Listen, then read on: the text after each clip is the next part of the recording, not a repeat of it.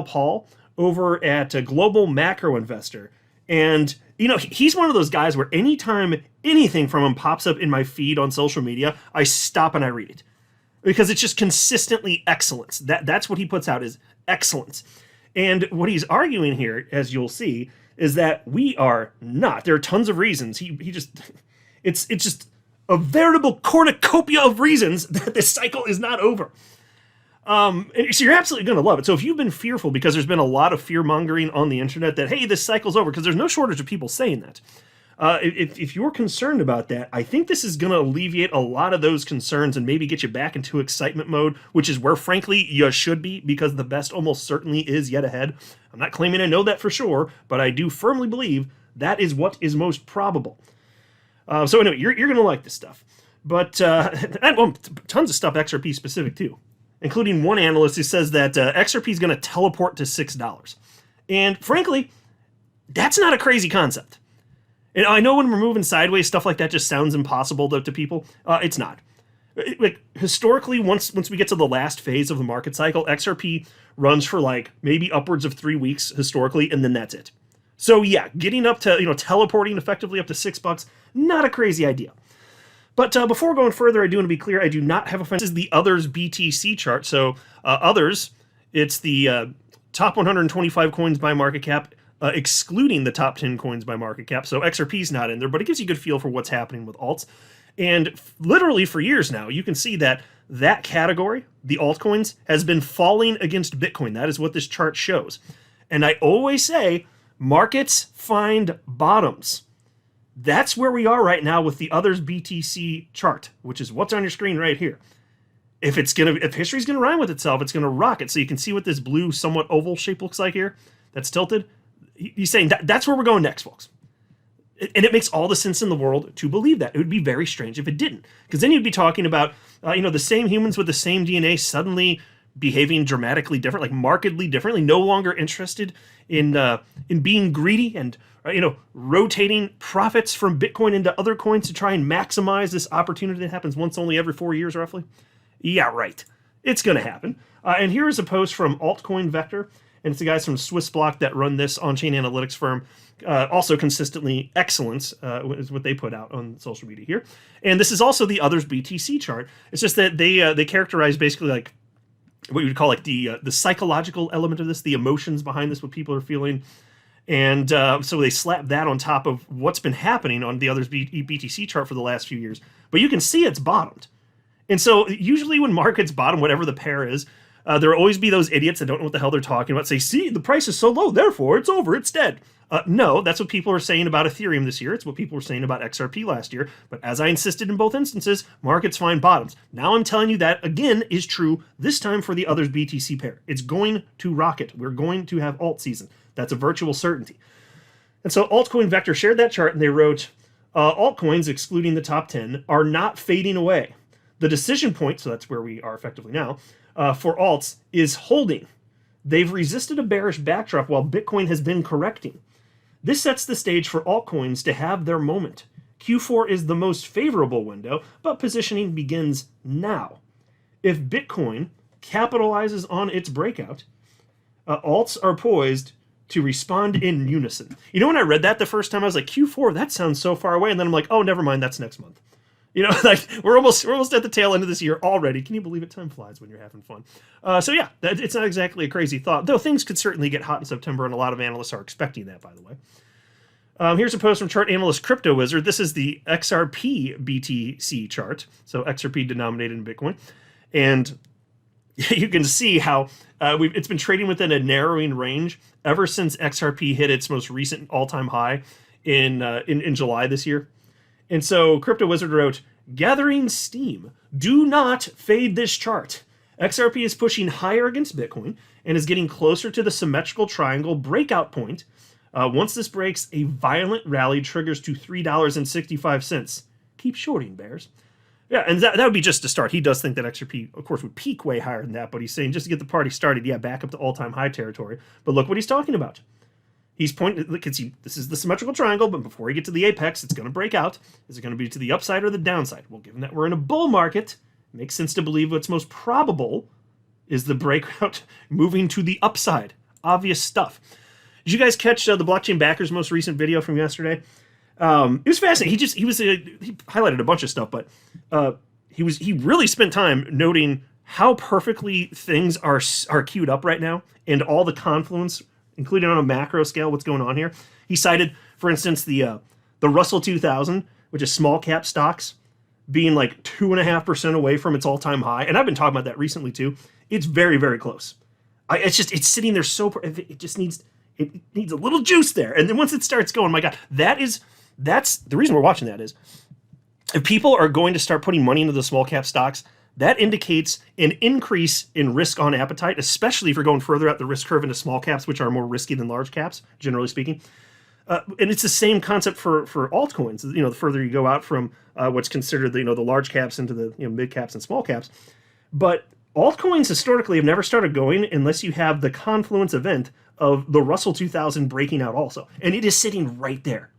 It is so freaking close. And he also highlighted, Total 2 and Total 3 are basically, they're back at all-time highs already. So getting lots of confluence.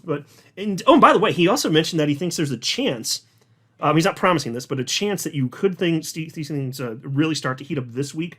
Of course, perhaps it could, flow into next week. But you're gonna see something happen, because once the Fed cuts rates next week, which is a virtual certainty, the market's going to respond to that. We'll see what it looks like, but yeah, it's coming. In fact, here's a post from Nick Crypto Crusader, and he said there is now a 100% chance of the Fed cutting rates in September, October, and December. You better be locked in, or you are about to be locked out. Yeah, I tend to agree with that sentiment. Either you have exposure when the awesome sauce stuff happens, or you do not. Which is why my investment strategy, I believe, is the best strategy for regular people. And I consider myself just a regular person, nothing special, not a finance guru, but I'm winning in crypto. Because why? Because I buy stuff and then I don't do anything. I literally am getting paid to do nothing. It's fantastic. You don't need to get in and out of positions. You don't need to get cute with things. Think that you know better than the market. You just have broad exposure and you ride it out. Even if it takes longer than you would prefer it take, you just ride it out. And yeah, that might mean years sometimes. Welcome to investing. But it's way faster than trying to get life-changing wealth by investing in the stock market. Although, of course, I have exposure to the stock market.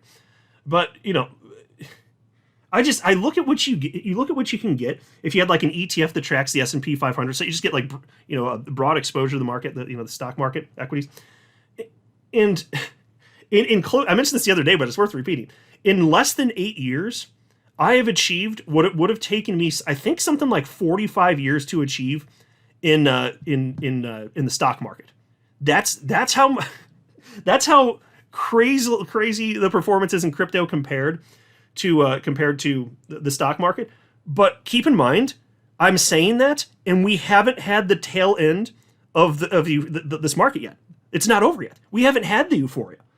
So that could double, triple, quadruple. So like I just told you, I got in almost 8 years, 45 years worth of performance. That's how long it would have taken if I just invested in the stock market. But it could be, it could end up like getting to such a ridiculous rate. I don't know if that means it would be like 100 years worth of profits, whatever. I don't know. I have to crunch the numbers. It would come into something stupid like that probably in just like 8 years. And that's real life in crypto. It's not like, people outside of crypto, that makes it sound like it's a scam. No, it's because the markets are illiquid. It doesn't take that much money flowing in to get it to double and triple and quadruple, and they just don't get that very simple concept here. But yeah, rates are going to get cut here. Here's the CME website. You can see it's literally 100%. That's what they're factored in here. So we'll see how many, we'll see how big the rate cut is. I think most people are expecting 25 basis points, which just means 0.25%. Some think it's more likely to get 50 basis points, 0.5%. Either way, we're going to get something, and the market wants that. Right or wrong, that's what the market wants. The market going to get it. Here's a post from eGreg Crypto, and he says, this is an XRP USD chart. He says, we achieved a bullish cross between the 21 SMA and 100 SMA on August 7th and 8th. However, we faced challenges breaking out of the descending channel on 4-hour time frame. This could be the third touch point, setting us up for a potential breakout. What we need now is a strong bullish cross and push. The key breakout point to watch is $3.03. Let's be ready for the action. So that's a level that he thinks is key here in the short term. and we're safely in the middle right now between that and where he thinks, we've got key support close to like $2.85. So watch for it. At some point, this thing's going to blast through it. The whole market's going to get hot. Here's a post from Dark Defender. He says, XRP on the daily time frame is poised to retest to the $3 weekly resistance line. RSI is getting bullish. We identified the $2.85 level as a primary support level. So that's the same thing Egret Crypto was citing. It says, which is currently acting as resistance. All support levels remain in effect. We are getting there slowly but steadily. Have a wonderful Sunday. So that was Sunday, and that was resistance, and we are at least currently above that. And so he was saying to watch out for that. At least right now, we are. Which is why in my very last video, I highlighted tons of examples of XRP chart analysts all coming to a similar conclusion, which is this could be a moment where XRP actually breaks out and really starts running. Here's a post from chart analyst Zoom. He says, interesting XRP Sunday pump. Hoping to get a full body close above by tomorrow and then tackle the $3.15 zone. Okay, so again, that was Sunday. We know that Monday went pretty damn well, actually. So we're still waiting for those above $3 levels. But at least at the time I'm recording this, it's looking very promising. So many analysts have cited that. Which is why this exuberance from Altcoin Gordon, I think, is warranted. He shared this with his 803,000 followers on X. He simply wrote, XRP has been consolidating at these prices for months. We will teleport to $6 and we will love it. Okay, and so I like that. And it's a fun way to characterize it, but really, the market does move that quickly very frequently. When XRP really starts going for its final parabolic advance, don't be surprised if in a single day you're seeing it increase perhaps even by over $1 at a time. Don't be surprised if that happens. And then we had this from Julian Biddle, and I was mentioning this at the outset of the video. Julian Biddle is the head of macro research at Global Macro Investor. So he works with Raoul Pal, a former Goldman Sachs executive, who's the founder and CEO of Real Vision and Global Macro Investor. And I'm telling you, really both of them, Raoul Pal and Julian, anytime I see a post from them on social media, I absolutely stop what I'm doing and I read it in its entirety. They are just that consistently good. They are top shelf. Raoul Pal is the reason that I am aware of the importance of global M2 and how historically it is like basically the macro indicator. If global liquidity is increasing, well, over close to 90% of the time, Bitcoin follows that. Thus, the entire crypto asset class does, directionally at least. And we know that what we should expect then is Bitcoin to move upward because there is because it lags behind global M2 by about 3 months. Level higher. And then they've also articulated reasons why they think that you're going to keep seeing that expansion for the foreseeable future. And I've talked about that on my channel as well. But still, in the face of all this, even though that's like, if there were one metric to look at that's the most important, to be clear, no metric, even global M2 is the end all be all. But if there's one that gets close to that, I would argue that it's global M2. And so Julian Biddle here, he laid out, and I'm going to share every single thing that he wrote here with you, but he laid out just an absolutely astonishingly excellent post here. And because look, the fact of the matter is a lot of people online are saying that the economy looks late cycle, like it's overheated and close to rolling over. But frankly, as Julian points out, and we'll get into, the data actually points to something very different. When you put all the big sentiment surveys together, manufacturing, services, housing, small business, consumers, CEOs, things are nowhere near the euphoric levels we usually see at the end of a business cycle.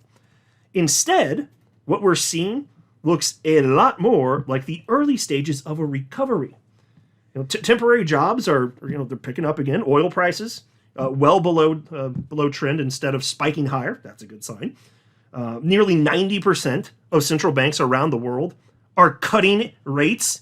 Did you hear that, folks? Close to 90% of central banks around the world cutting rates. You know what that means, right?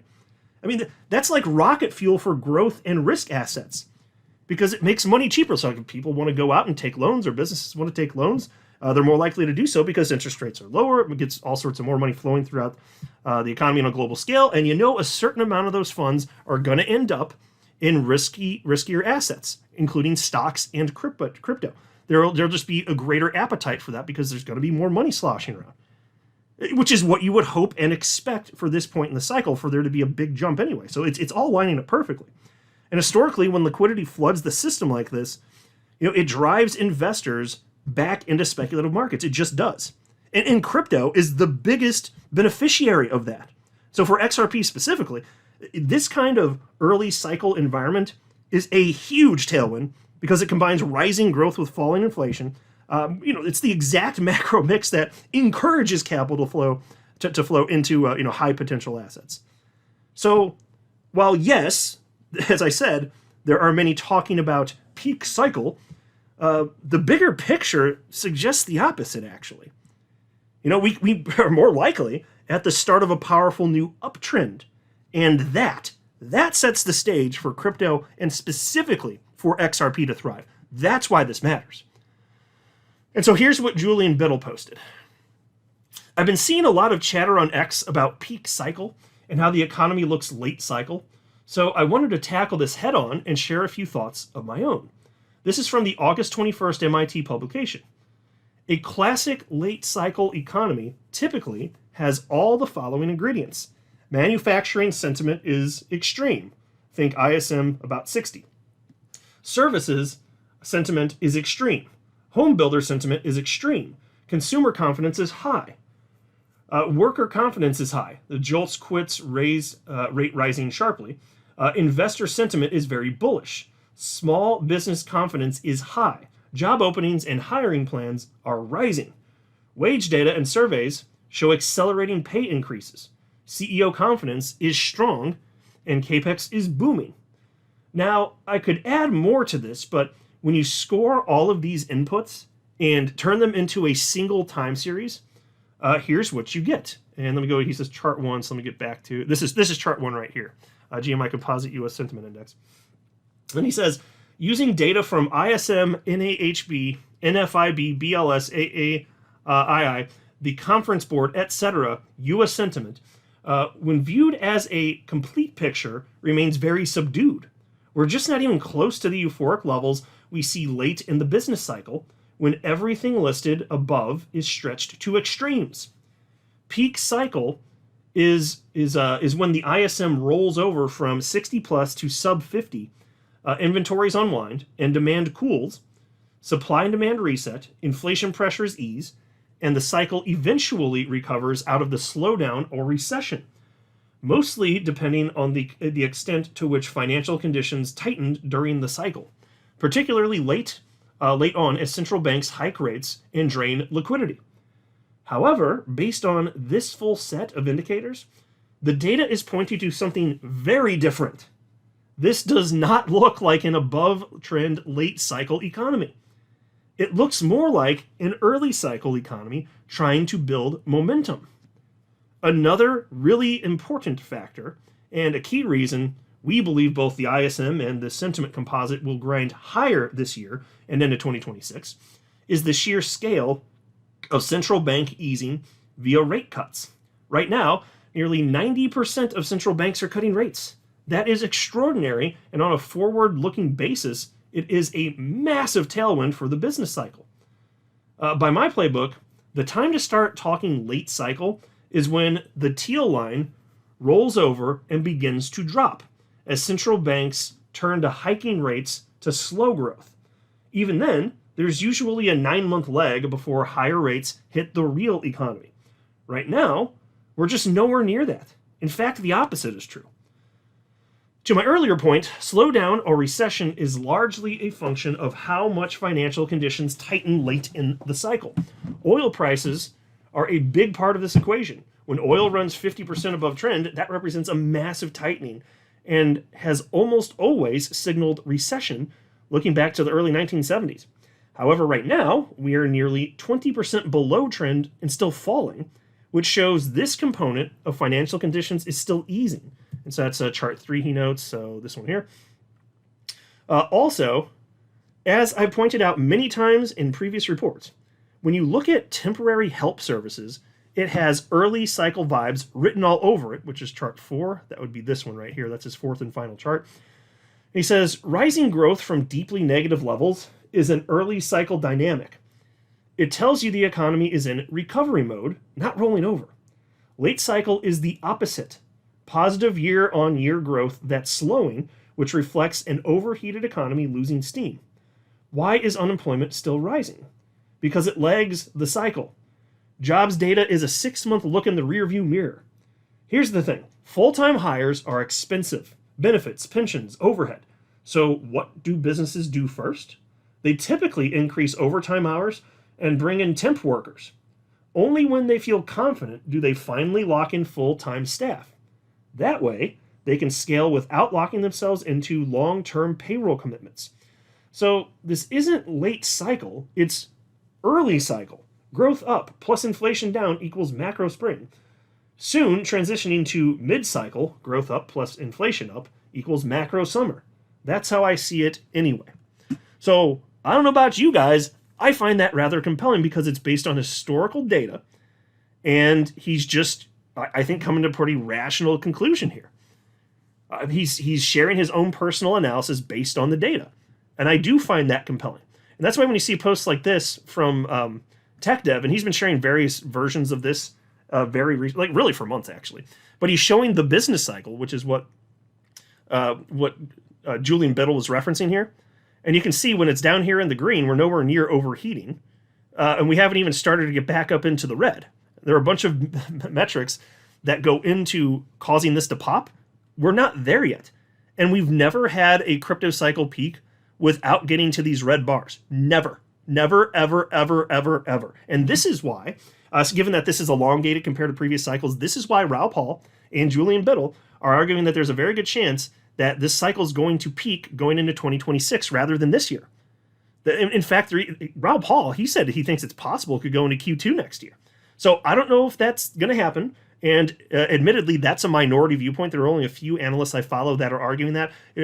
There's three of them, Julian Biddle, Raoul Pal, and TechDev. All three of them are arguing that. But I don't know. Off the top of my head, I'm not sure if there are any others that there might be, and I might just not be thinking of somebody off the top of my head. But, you know, given their track records, I'm taking them seriously. I mean, what if they are right? It does not look like we're overheating here. So we can take it for what it's worth, but I know there's a lot of doom and gloom out there, and that's just because when prices go down, like that's just what you're going to find on the internet. You're going to find people bitching up a storm. And then as we reach the cycle top, even if we're at the top and people just don't know it yet, they still believe, they're just euphoric and they believe it's going to go on forever. So they're constantly wrong-footed. So don't go by what the masses think. This is why you need to be really selective about who you listen to, or else you're going to get some bad messaging. So nobody knows for sure. I admit I don't. But it's about probability. What is it most reasonable to assume is likely to occur? And I think what's most reasonable to assume is that we're going to have euphoric blow off top just like always. We're not at the end yet, though we are later in the cycle than maybe some of you want it to be. I mean, I'm happy to get the thing over with and just get the life-changing wealth personally. I'm like, just wrap this bitch up. Let's do it. And then we can go into a bear market and buy stuff on the cheap. I'll be ready to do that too. But it's coming, and you're going to see XRP go on a final parabolic run. You're going to see it enter face melting territory, and that's what I believe is most probable. That's what I think is coming.